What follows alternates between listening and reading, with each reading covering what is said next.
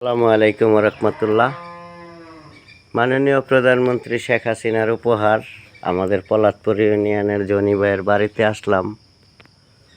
ওই যে দেখেন লাল সবুজের পতাকা উপরে উঠে রয়েছে। ওনার মার সাথে কথা বলতেছি। যখন স্বাধীনতার সময় যুদ্ধ শুরু হয়েছিল আন্টি, তখন আপনারা তো মুক্তিযোদ্ধা পরিবারের একজন স্ত্রী, মুক্তিযোদ্ধা স্ত্রী। তো দেখা গেছে আজকে আমরা এই যারা নাকি মুক্তিযোদ্ধাকে বিক্রি করে এই পর্যন্ত মনে করেন যে যারা আইছে, যে কথাটা বলতে চাইছিলাম আপনার সাথে, এই কথাটা হইল দেখেন ইন্ডিয়া কিভাবে হেল্প করছে। যখন রাশিয়া হেল্প করছে বাংলাদেশে, আনলে কিন্তু স্বাধীন করতে পারতো না। যখন যুদ্ধটা শুরু হয়েছে, যখন পাকিস্তান পাক বাহিনীরা যখন শুরু করে দিল দেশটার মধ্যে মায়ের অত্যাচার, নির্যাতন, মা বোনরে ইজ্জত লুণ্ঠন, সব কিছু আগুন পোড়ায় বাড়িঘর, হাহাকার, যেটা কল্পনার বাইরে। তখন শেখ মুজিবুর রহমান যুদ্ধের ঘোষণা ডাক দিছে। বিভিন্ন জায়গায় তার যে নেতাকর্মীরা ছিলেন, তার পাশে যারা সঙ্গ বন্ধু ছিলেন, ছাত্র ছিলেন, তখন তারা কিন্তু একজোট হয়ে বিভিন্ন জায়গায় মুক্তিযুদ্ধের একটা ডাক দিলেন। ডাক দিয়া মুক্তিযুদ্ধ করার শেষ পর্যায়ে আমেরিকা যে চাইলটা করছিল, আমেরিকা পাকিস্তানের পাক বাহিনীর পক্ষ লইয়া সে যখন জাহাজ পাঠাইছিল, তখন রাশিয়া কিন্তু একটা ভূমিকা পালন করছে।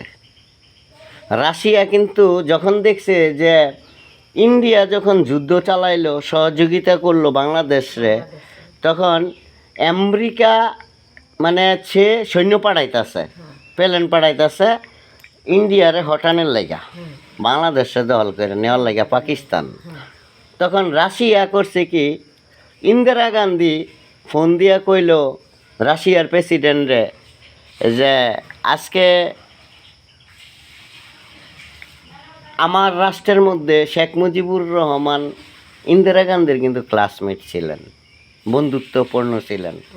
আমি যেমন জনি ভাইয়ের এনে খেলে গেছি, এরকম একটা সম্পর্ক।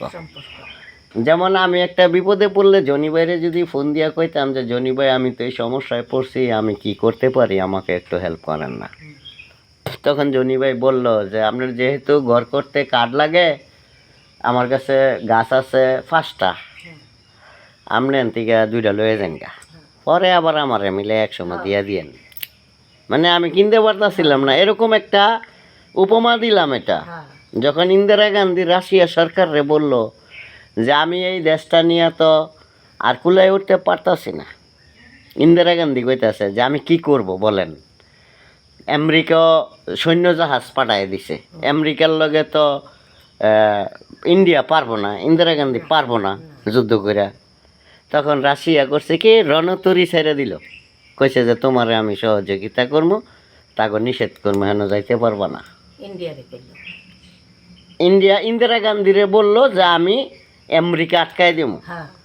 তখন রাশিয়া একটা রণতরী পাঠাইলো ওই জাহাজের সামনে দা, কইছে তোমরা কই যাও, দাঁড়াও, বাংলাদেশে তোমরা প্রবেশ করতে পারবা না, তোমাদের ওইখানে যুদ্ধ করার যাওয়ার দরকার নেই,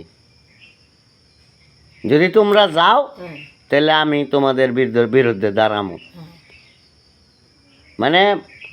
আমারে যদি কেউ মারে আপনার বাড়িতে, আপনি যদি কইন যে তুমি মকবুল রে আরেকটা মাইর দিতে আইবা, আমি কিন্তু আবার তোমারে পিড়াবো, তুমি কিন্তু আরেকটা মাইরও মকবুল রে দিবা না, আপনি কিন্তু ফিরাইতে পারবেন না। এটাই কিন্তু বাস্তবতা। এরকমই রাশিয়া এই ভূমিকাটা পালন করছে ইন্দিরা গান্ধীর সহযোগিতায়। এই বাংলাদেশটা কিন্তু স্বাধীন হয়েছে, সহযোগিতা করছে। এটা কিন্তু আমার কথা না, এটা মুক্তিযুদ্ধের যারা নাকি সিনিয়র, আমি তো তাদের সন্তান, আমার কাছে কথাগুলো বইলা গেছে। আমি যাতে এই কথাগুলা বিভিন্ন জায়গায় প্রজন্ম থেকে প্রজন্ম, যারা বর্তমান প্রজন্ম যারা সুশিক্ষায় শিক্ষিত হচ্ছে, কোমলমতি ছাত্র, তারা যেন ইতিহাস সম্পর্কে জানে। হয়তো বই পড়া অনেকে জানে, আবার বই ছাড়াও কিন্তু আদার্স অনেক কথা আছে, হ্যাঁ। ইতিহাস তো আছে বইয়ে, আছে। অনেক বই অনেকে পড়েই না, যদি পড়তো হ্যাঁ। আজকে এই কুলাঙ্গার ছাত্র যারা এই বৈষম্য বিরোধীর এই কোটা আন্দোলন নিয়ে আজকে এই দেশকে ক্ষতিগ্রস্ত করছে, তারা কিন্তু সুশিক্ষায় শিক্ষিত হয়েছে না, তারা শিক্ষায় শিক্ষিত হয়েছে কিন্তু সুশিক্ষায় শিক্ষিত হয় নাই। তারা এখন বুঝতে পারতেছে যে সুশিক্ষায় শিক্ষিত আর শিক্ষায় শিক্ষিত দুইটা দুই ধরনের। হ্যাঁ।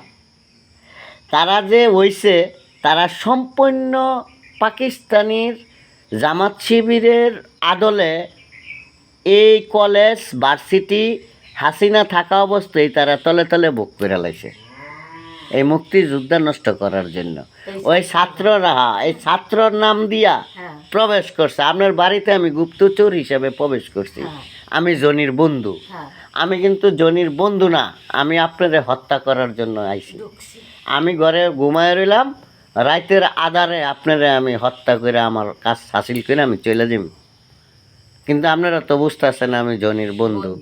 আসলে কিন্তু আমি জনির বন্ধু না। ঠিক এরকম একটা কার মানে প্ল্যান কইরা হ্যাঁ। মাননীয় প্রধানমন্ত্রী শেখ হাসিনা এই বিষয়ে বুঝতে পারে নাই। হ্যাঁ। তার যে গোয়েন্দা সংস্থান তারও দালাল ছিলেন, তারপরে তার যে আমলা ছিল, তার আশেপাশে যারা নেতৃত্ব দিছিল তারাও কিন্তু পয়সার কাছে বিক্রি হয়ে গেছে গা। পয়সার কাছে বিক্রি হয়ে যাওয়ার কারণে ভিতরে ভিতরে এই মুক্তিযোদ্ধাকে নষ্ট করার জন্য এই ভার্সিটির থেকে এই কাজগুলো কিন্তু শুরু হয়েছে, তৈরি হয়েছে। এটা কিন্তু একদিন দুই দিনের প্ল্যান না। জামাতের প্ল্যানটা, জামাত শিবিরের যে প্ল্যানটা মুক্তিযোদ্ধাকে নষ্ট করে দেওয়ার জন্য, এই প্ল্যানটা কিন্তু অনেক দিনের। এই